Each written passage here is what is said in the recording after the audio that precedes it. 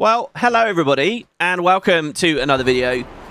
So, you might have missed it, but today there was very big news over on the official website where they're talking about Mini Expansion Pack 3. That's expansion... What is that? Expansion 7 now? Or is it expansion 8? The new expansion, the expansion post Janthir Wilds. Now, I haven't read the blog post. In today's video, I'm going to run through... basically everything that there is as far as details are concerned on there, and just give you guys my first take. I do unfortunately know one spoiler because I had to go get pictures for this video, so I'll just tell you that spoiler right at the start because this isn't going to be a surprise for me, but it is very exciting. So if you've been in the loop the past 2 weeks, Arenanet have been doing a countdown of sorts where they're revealing mysterious icons that seem to be elite specializations. Most of us in the community at this point have taken it for granted that they probably are elite specializations. It's not technically confirmed yet. I'm wondering if this blog post is about to. But there is a picture on it, and drum roll, it clearly is concept art of the Guild Wars 1 Paragon and the Guild Wars 1 Ritualist. So those were full professions in the original game. And I'm guessing they're coming in as elite specs now in Guild Wars 2, which itself is a really interesting conversation. I know that there's a lot of people out there in the community that have just said, look, if it was a class in Guild Wars 1, it has to be here in Guild Wars 2. The monk is the biggest topic for that, because there's another camp, another line of reasoning, which is like, well, does it really need to be there? You know, do we need a monk when we already have supportive playstyles on other characters? It really comes down to theme and aesthetic, and I think enough years have passed where people are still asking for these things that, yeah, clearly there's an appetite for them, so maybe Arenanet should do them. We'll talk about that when we get to it, I guess, a little bit more in a second when we get to the image. As for now, let's just jump in, let's read the blog post, see what they say. I don't know what they're going to reveal here. Are we going to get the name of the expansion? I don't even know that. Are we going to get... I mean, I probably will for the video, the title of this video, or the thumbnail, or whatever, have put it down. But at this moment, I don't know what they've said. Have they confirmed what area of the world it is in? You know, are we doing an underwater expansion next? I've got no idea. So, so let's see. All right, so I've got a bit of a couple of screenshots for you guys here, and we'll just read through. So the post is called From the Wilds to What's Next, on 8th of July, as you can see. So if you remember last year as well, there was a bit of a retrospective from the studio where they looked at what was successful and what wasn't successful about Seekers of the Obscure.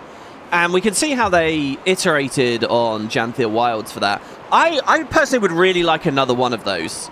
And I'm wondering if this post is maybe sort of 50-50 that as well. A bit of a post-mortem, so to speak. So, hello, hey Guild Wars community. With the final content update for Guild Wars 2 Janthir Wilds now live, we've officially wrapped up our 5th expansion. Oh wait, okay. What? I said 7 or 8. So it's X-Pack 6 that they're about to show off. I guess so. And you'll notice it again, by the way. So many of us in the community talk about mini X-Packs. The studio doesn't really use that term. It's just an expansion, okay? Anyway, which is the second built under the annual release model we've introduced in early 23. So, Janthir Wilds tested how we tell stories, how we evolve systems, and deliver meaningful updates on a faster, more consistent schedule. Some things landed well, others not as much. Let's move our little image of Liz here to the right slightly. Others not as much. I hope this isn't too corporate as a blog post, where it's just like, you know... I've read some posts, some newsy updates from Arenanet recently, where it feels more like an employee justifying what they've done for the year to their manager than sort of a hype post. I hope we don't stray into that too much. Do you guys know what I mean by that? So just like we did after Seekers of the Obscure, we've been listening to your feedback and acting on it. In this blog, we'll share those lessons, how those lessons are shaping our next expansion and the changes that you can expect to see. This will give you helpful context as we unveil our next expansion next week. So we've known for a while that the big reveal is about a week's time. So yeah, I guess I'm getting a bit ahead of myself here. I mean, how amazing can this be? So they add a little screenshot here. I think mostly it's Janthir Wilds concept art in this. I did screenshot it all. I mean, that's clearly Janthir Wilds. And that's a really good piece as well. It's a bit blurry. I wish it was a higher resolution. Or maybe that's just me screenshotting a low resolution, actually. I probably could have got this higher. But, yeah, the Walker looks awesome there. So does the Lowland Coden back there. Charting Guild Wars 2, Janthir Wilds Legacy. Over the past 9 months, Janthir Wilds brought a wide range of new experiences to Tyria. Across 19 story chapters, 4 new open world maps, the narrative explored the aftermath of the Elder Dragon era through a more grounded and political lens. Your choices helped shape the balance of power in a world learning to live without that existential threat and uncovered ancient secrets best left buried. Does that describe the story? There are existential threats, the threats from the Mist, the Titan threat. It was only threatening a local population for now, but they went pretty big with it. I seem to remember in my stream series, there is a moment where they say it's a world-ending threat at one point, right? We brought spears to land combat, our first new terrestrial weapon type since the game's launch, yeah, and that was a brilliant move. Very easy to forget that. And I'd like to... I mean, so this idea that there's going to be another wave of elite specializations coming, a lot of people are just assuming there'll be weapons with them. But I want to remind you all, in Secrets of the Obscure, they uncoupled weapons from elite specs. So a big part of me thinks that might not be the case. But if I push that part of myself aside for a second, and I say, oh, there are new weapons, the idea that they'll do more spear-esque stuff where it's like really new concepts, I think is very exciting. Some doubters will say, well, they only did the spear because there was already a backlog of skins because spears existed for underwater. But I really don't think that's too big of a hurdle. We'll see. Along with a new set of relics. Relics, I made my case about relics just after Christmas. If you guys saw, I did a video of like feature updates I'd like to see in Guild Wars 2. And one of the things I talked about was relics. I really want to see that slot get broken into 3 archetypes. Offensive, defensive, utility. And then we can play with them more. Right now, I just feel like I'm drowning in relics, and very few of them really matter. Even though there are some very interesting mechanics going on with them. Our endgame offerings grew as well. You took on the game's first new raid in over 5 years. And that was something I didn't play too much. I did it with you guys, the Spuds, and that's about it. I need to go back in and experience more of it. It was complete with challenge and legendary modes. We introduced a new convergence. Now, the convergence I've done a lot, and I actually quite like convergence CMs. I didn't expect myself to be saying that, but I do. And a fractal dungeon with its own CM, adding more variety in goals for PvE-focused players. Now, that was a very lightweight, thin fractal. I think will have disappointed some people.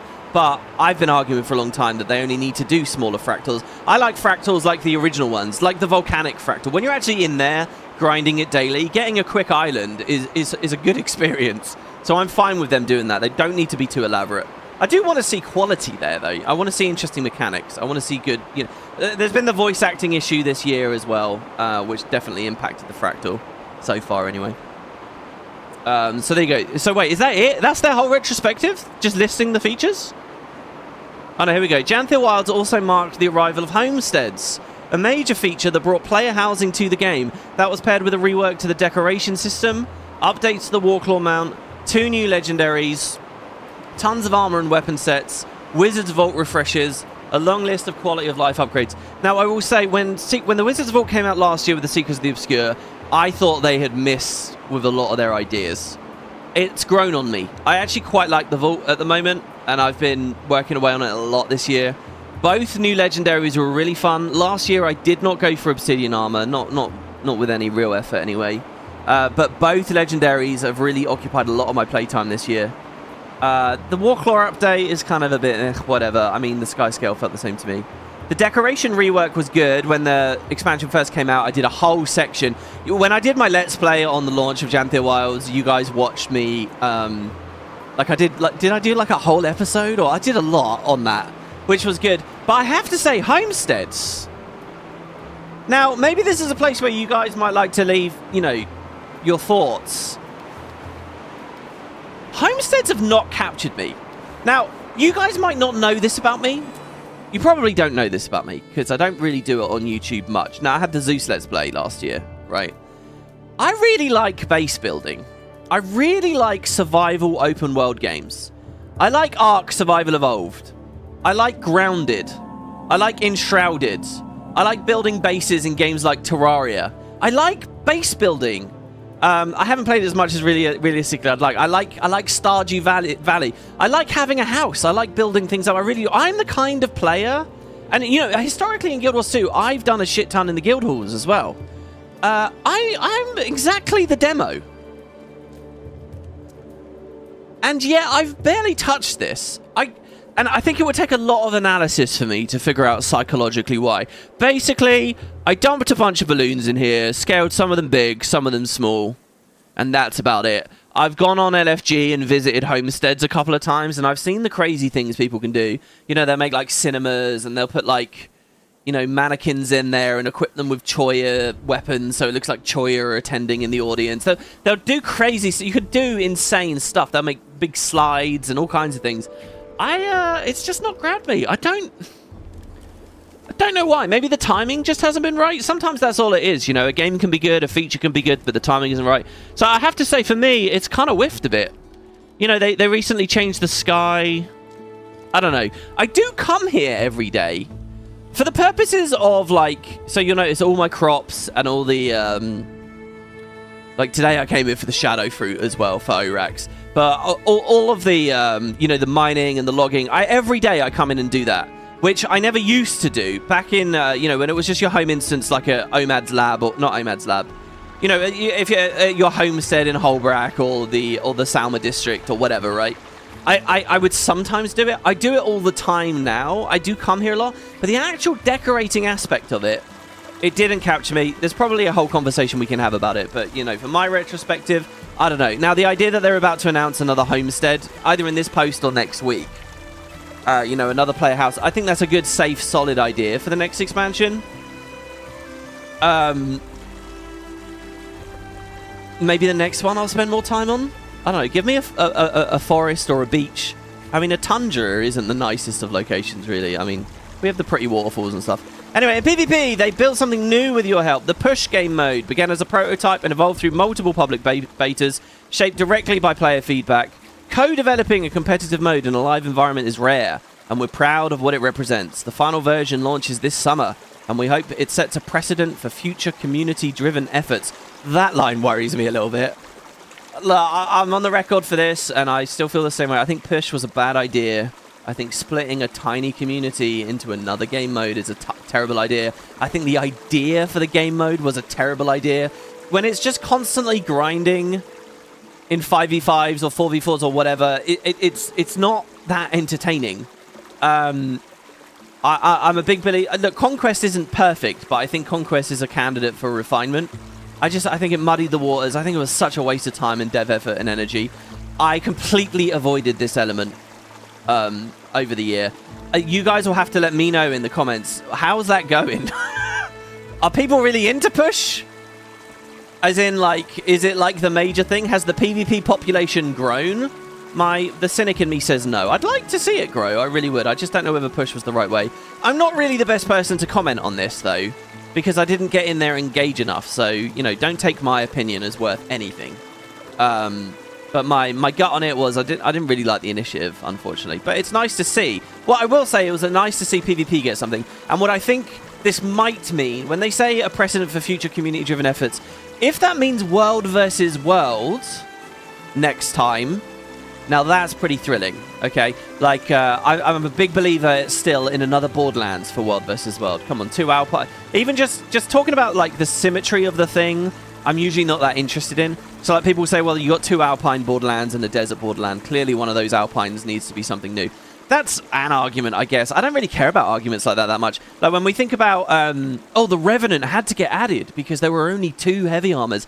It doesn't really matter that much. Oh, they can't add any new professions because it will upset the balance. It doesn't really matter that much. I don't care about those arguments. I just think that, and I know a lot of dedicated... I know that the Desert Borderlands was too big and has its issues, but the actual feeling of getting a new map and having new area to explore and new places to do battle and all that was really, really good. The fact they whiffed on the details for the Desert Borderlands shouldn't condemn the whole concept, right? So I still believe in that. I want to see a well, I say a water Borderlands. I don't mean underwater combat everywhere, but like a watery themed thing, a beach themed thing. I don't know, in tandem with an underwater expansion or something would be really cool.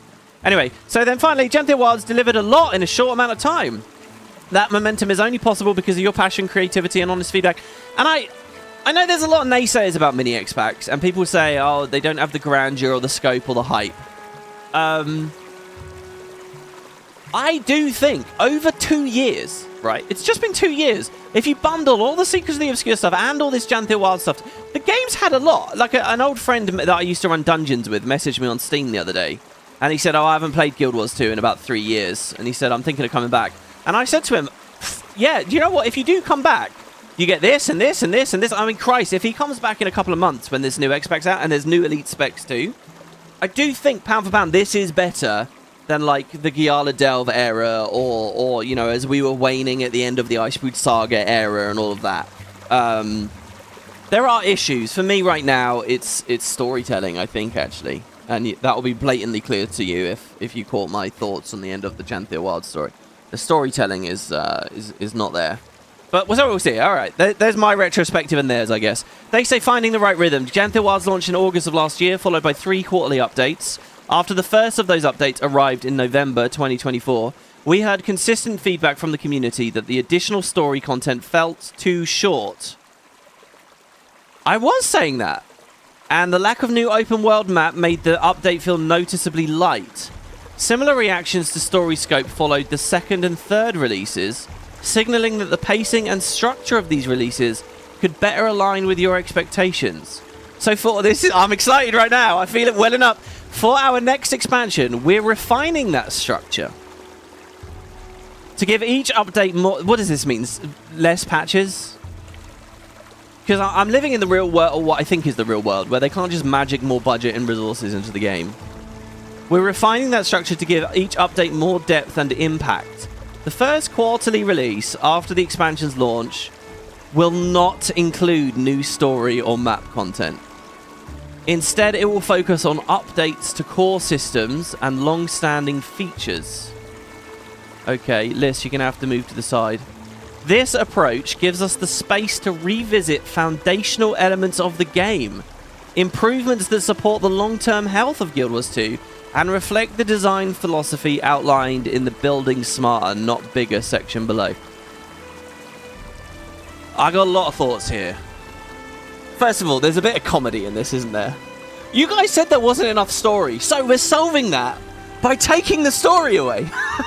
if you just pause the blog at the wrong moment. That's kind of what they say there. All right, yeah, I kind of saw the writing on the wall there. So they're trying to bulk it out. It's funny, actually, right? Because what they opened with here, saying... after the first update, we heard consistent feedback that the story content felt too short. Hold on. For me specifically, that's not true. Let's leave the homestead. I need to show you guys the map. That's not actually true for me. The first update was Mount Baurior. And if you got, you know, I got the videos out there.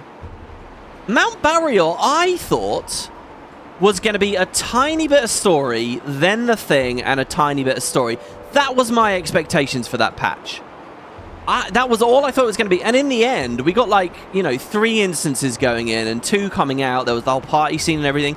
I came out of that very much thinking, oh, wow, they put more story in than I thought they would. And I was satisfied by that. I guess, hold on, though. Let's break this down. Was I satisfied because it was good enough? Or was I satisfied because my expectations were rock bottom? I don't know. But anyway, it's funny to hear. I actually kind of thought they did okay. And now they're saying, no, we're not doing it at all. Okay, so that's one thing. Now, the idea that they're going to instead substitute that release for big feature updates. On paper, let's just be... on paper, that's brilliant. That's really exciting. I'm very, very happy about that. I want feature updates. I think that more than anything else is what's important. The game needs new blood. It needs to excite people. It needs to capture people and, you know, get them playing more, blah, blah, blah, blah, blah, blah, blah.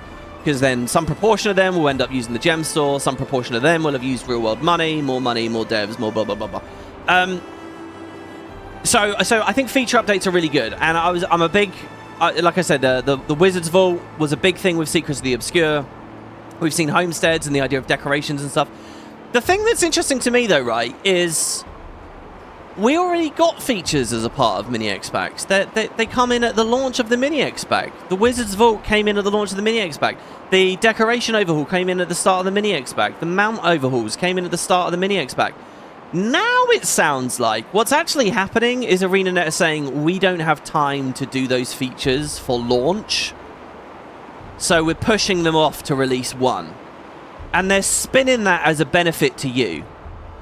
What's actually happening here is we're losing features at launch, and we're losing patch 1 story. But they'll tell they've framed it in a way that sounds like you're getting more, right? That's kind of what's going through there. And again, it's very cynical. And I know some people are just here because they want the warm fuzzies and feeling and excitement. But I am a bit cynical about that. I don't know. If it turns out we're going to get lots of big feature iterations and updates at launch, and then again 1 quarter in, then cool as well. But I just don't believe that's going to happen, right? It sounds more like initiatives like the Wizard's Vault just won't be happening at release anymore. You have to wait for quarter 1. And you get that instead of story. That's what it sounds like. So they say they're going to outline what these features are. So I guess we'll see. Before I speak too much more, let's see what they are. So here is a concept art. Now, when I first looked at the blog post, I was like, oh my god, is that concept art for the new X-Pack? It's actually not. I think that's just one of the early Janthir Wilds pieces. By focusing on story and map development in the 2nd and 3rd updates, oh, by the way, I guess this is tacit confirmation. No, it's not. We might still get to... So last year there was this big thing as well of like the maps, how many maps the expansion would have. With Secrets of the Obscure, you just had Nyos, which they expanded in 3 chunks. Or rather, a bit more like this, right? 1, 2, 3. This year they did Mount Barrier as its own thing. Then you got a whole map and a whole map. But this is a very small map. I mean, I've been grinding the hell out of it, going for Orax, and kind of learned a lot about it, and I actually kind of like it now, weirdly. Maybe a bit of, you know, Stockholm Syndrome or something. You spend enough time somewhere, you get used to it.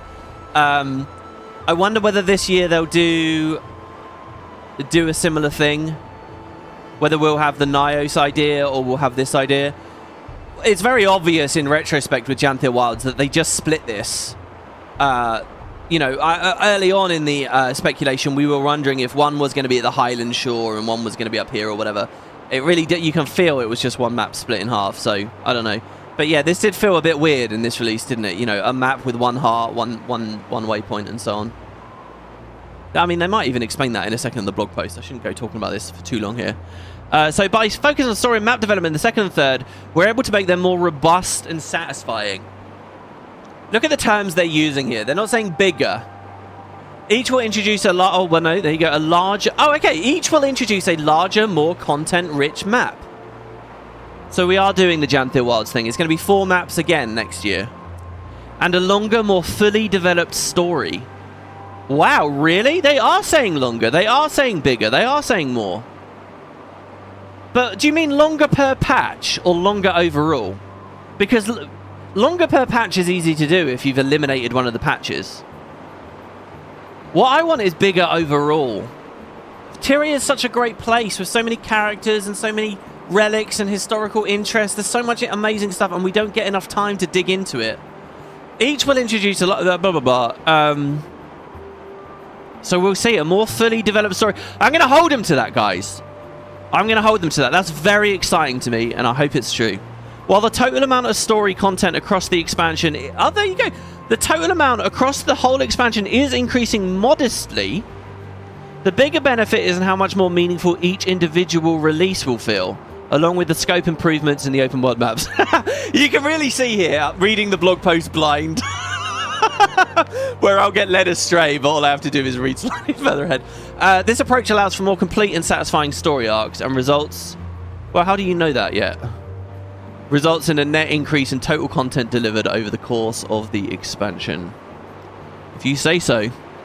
Building smarter, not bigger. One of our biggest priorities right now, and likely for years to come, is untangling years of accumulated system complexity. That means streamlining overlapping features, reducing technical debt, or what are they going to remove? And reinforcing what makes Guild Wars 2 shine. This complexity doesn't just slow us down behind the scenes. It makes onboarding harder for new and returning players, even in areas designed for seasoned adventurers like Endgame PvE. Okay, can I just say, my instinct right now... Okay, what let me ask you this, guys. Pause the video if you like. Have a think for yourself. What springs to your mind as a tangled feature, an irrelevant feature, technical debt? My mind immediately goes to dungeons. There are weird. I love dungeons. I want more dungeons. I want them to support dungeons, but they're not supporting dungeons. It's kind of weird to teach new players the distinction between where a dungeon is and what a story path is and an explorable path, only to then push them into fractals later. I've been a big advocate for years of rolling the dungeons into fractals as sort of reworked fractal-esque versions of them and combining them in some way. So that's where my mind immediately goes. But would they do something that big? I don't know. I mean, come on, what do they got for us here?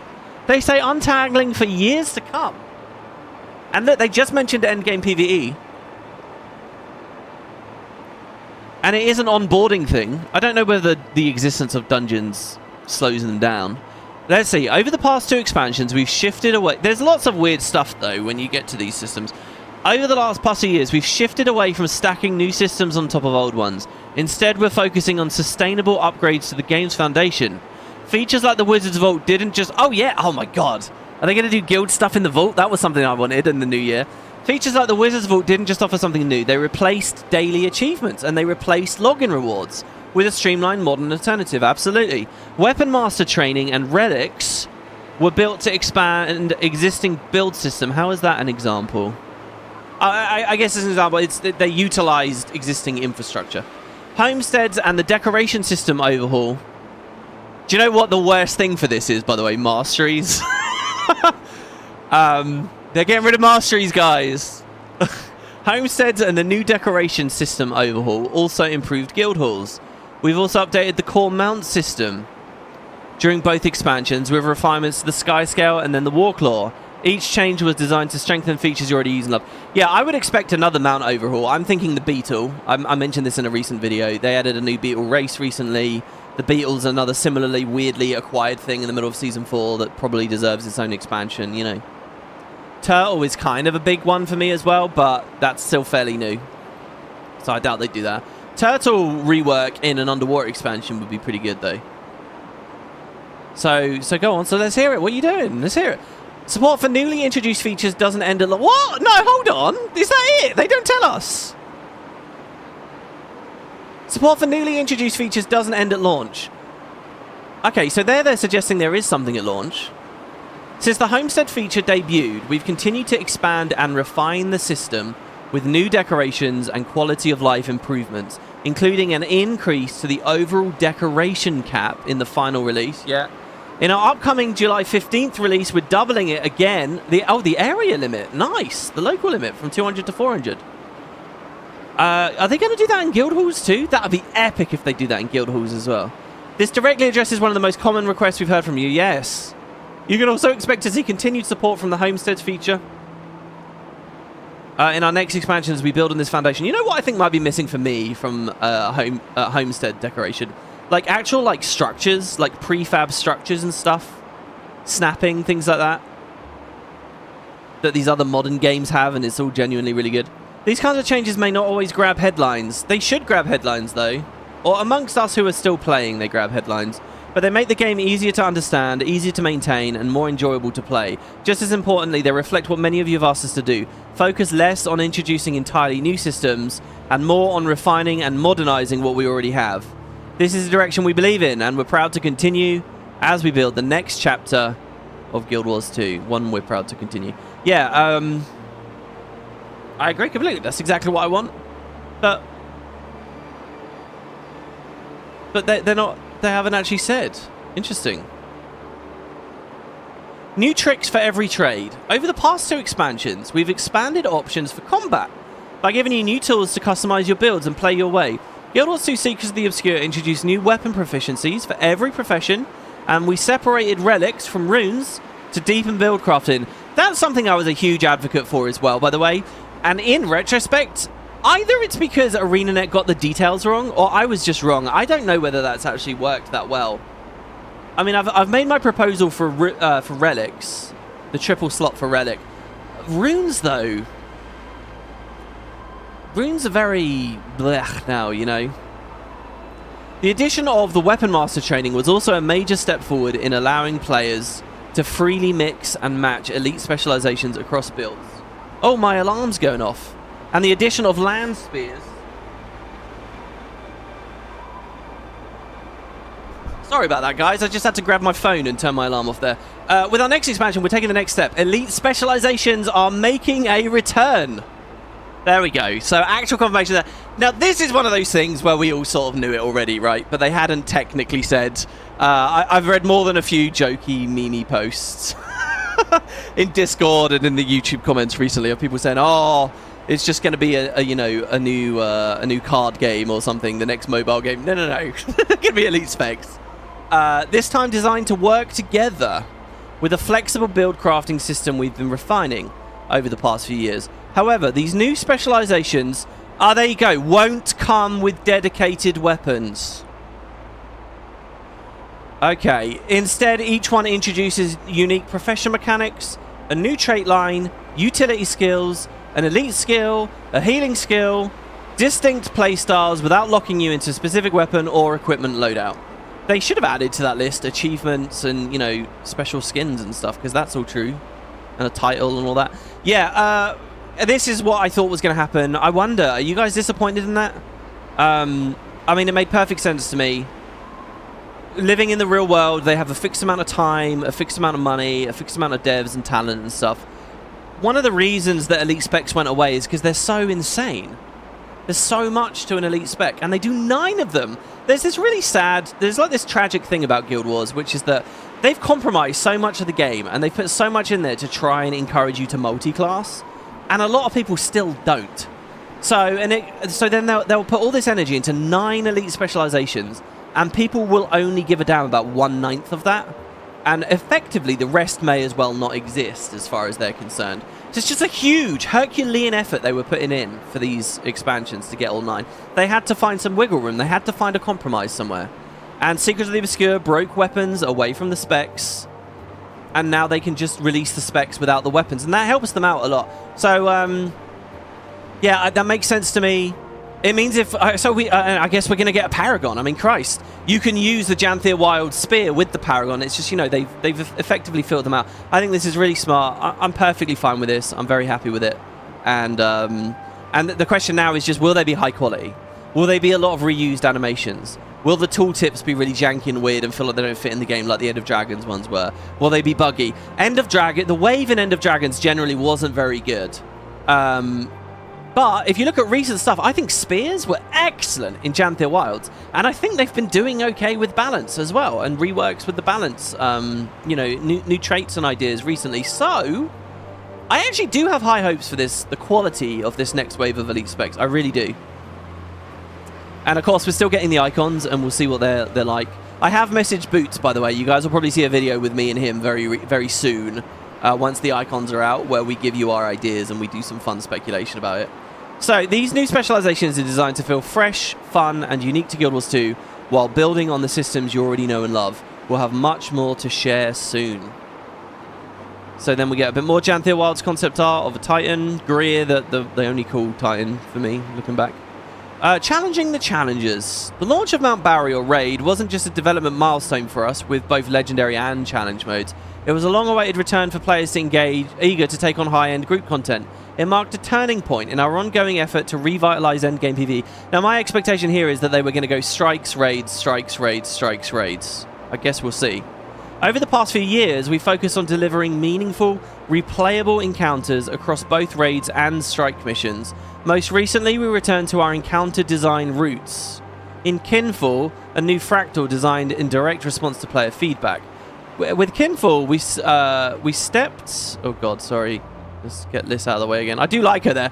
Yeah, we stepped back from the raid-like complexity of recent fractals, and we focused instead on creating a streamlined, repeatable experience that captures the feel of early favorites. The challenge mode arrived a few weeks later, offering both accessibility and satisfying difficulty. Unfortunately, I'm not your guy for feedback on Kinfall, because I've barely played it. I actually have a million reasons to do fractals at the moment. Like, my last couple of legendary collections, like if we look in game here, I still have them pinned. Like, if you look, I've got Zap and Dawn pinned. all these objectives that I have left are all fractal objectives. Like, I've got a lot of reasons to go in and, you know, do the odd kinful. Hopefully that'll be something I'll do a bit more as the summer goes forwards. So yeah, I haven't really seen much feedback about kinful at all. I mean, what do you guys think? Arenanet right here? Was it both accessible and satisfying? Looking ahead, we'll continue to expand endgame content, including new encounters, complete with challenge and legendary modes.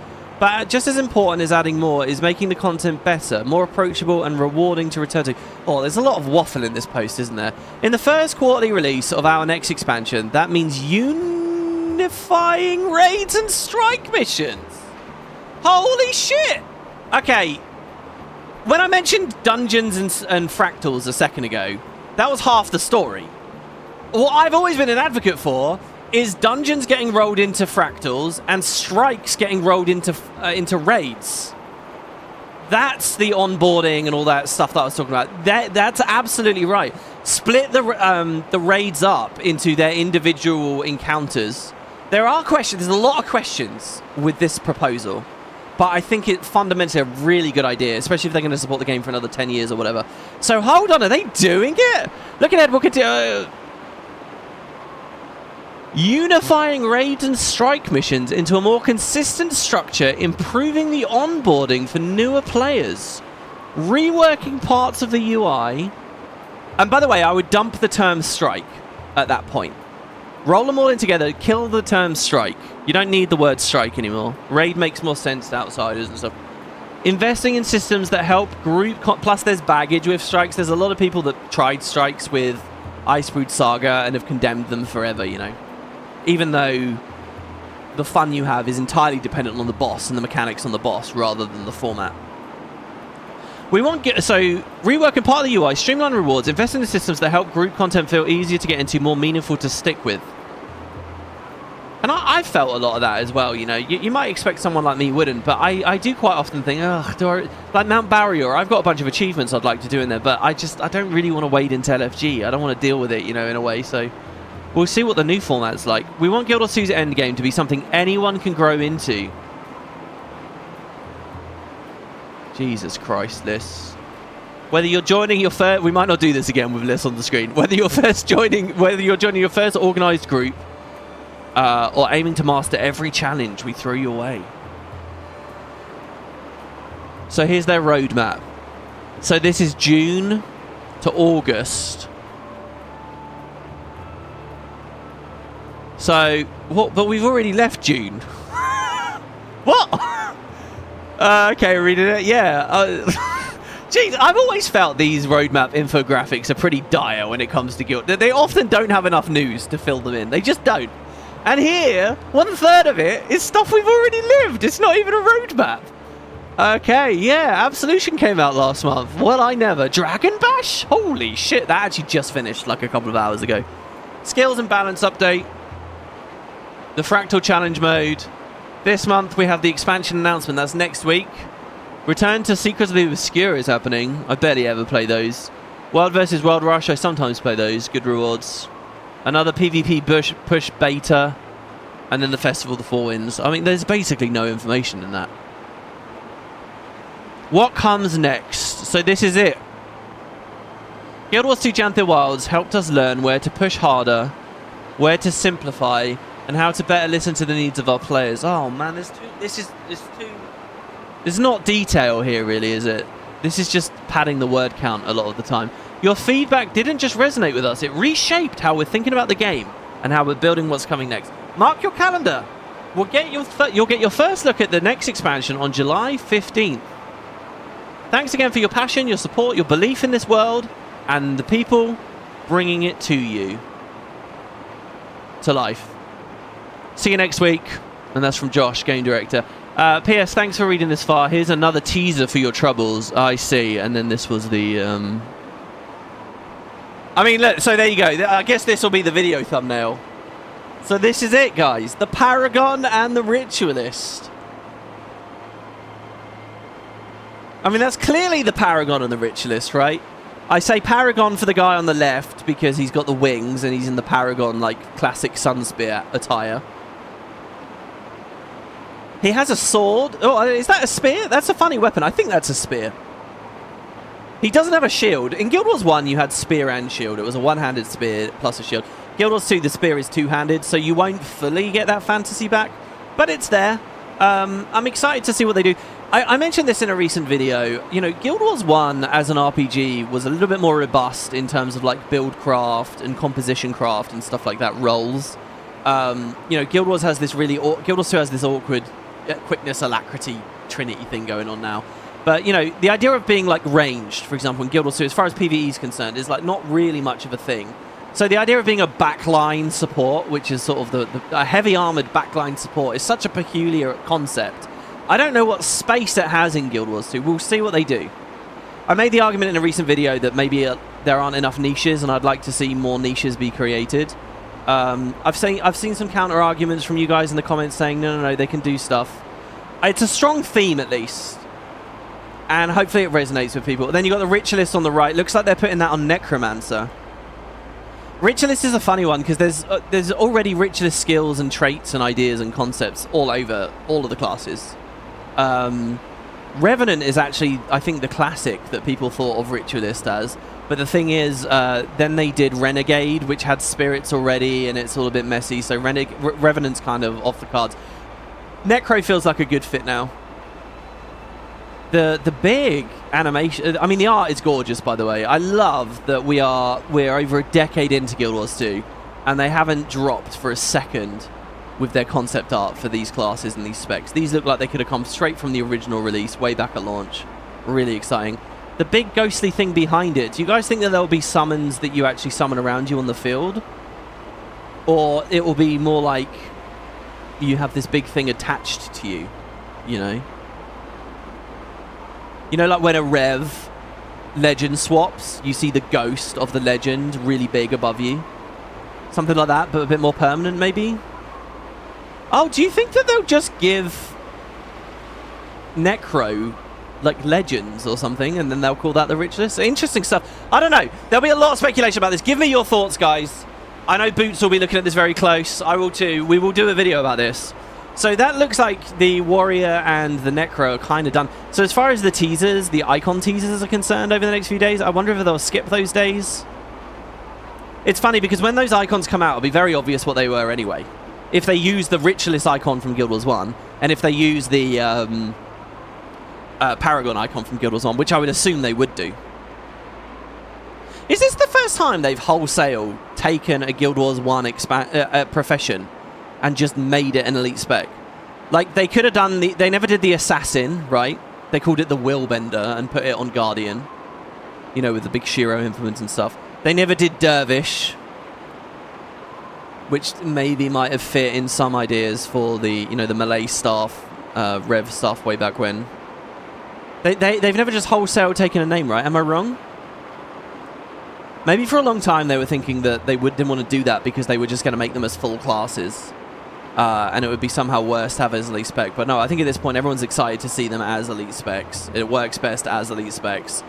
And we'll see what we do. What I'm also really interested about, I'm logged into Guild Wars 2 at the moment. In Guild Wars 1, you had different runes for all the sets. So you could be like a prismatic elementalist, or you could be a geomancer or a pyromancer and so on. They were, to my mind, that these were not very big or important or very well balanced, but to my mind that was always the cool ideas of the elite specs way back when. And when it came to like Ritualist and Paragon, they had some cool ones. Like one of the Ritualist ones called Ghost Forge. I'd love to see like Ghost Forge gear or something. I'd love to see Arenanet remember those and utilize those ideas and those names and those old specs in some way. So there you go. I think that's the end, guys. Yeah, there you go. That's it. That's the post from Wilds to what's next. So it's basically a retrospective on the year. Man, I feel like the biggest news here is no story in patch 1, but raids and strikes getting merged together, which I think is a really good idea. There's no confirmation about the actual like expansion features beyond elite specs. We've got 2 new specializations mentioned there. Really interesting stuff. Very cool. And look, in 1 week, they'll give us more details. So yeah, that's my first take on that. Let me know what you guys think. We might do a Q&A video, a back and forth. Drop your comments. Let me know. Are you happy about this one? Less excited about this one. Does Elite Specs coming back mean that you're interested in Mini X-Packs finally? What do you guys think? They did say bigger, longer story. They said moderately, but they did. So that sings a brilliant tune to my ears as well. Thank you very much for watching, guys. I hope you enjoyed, and I'll see you next time.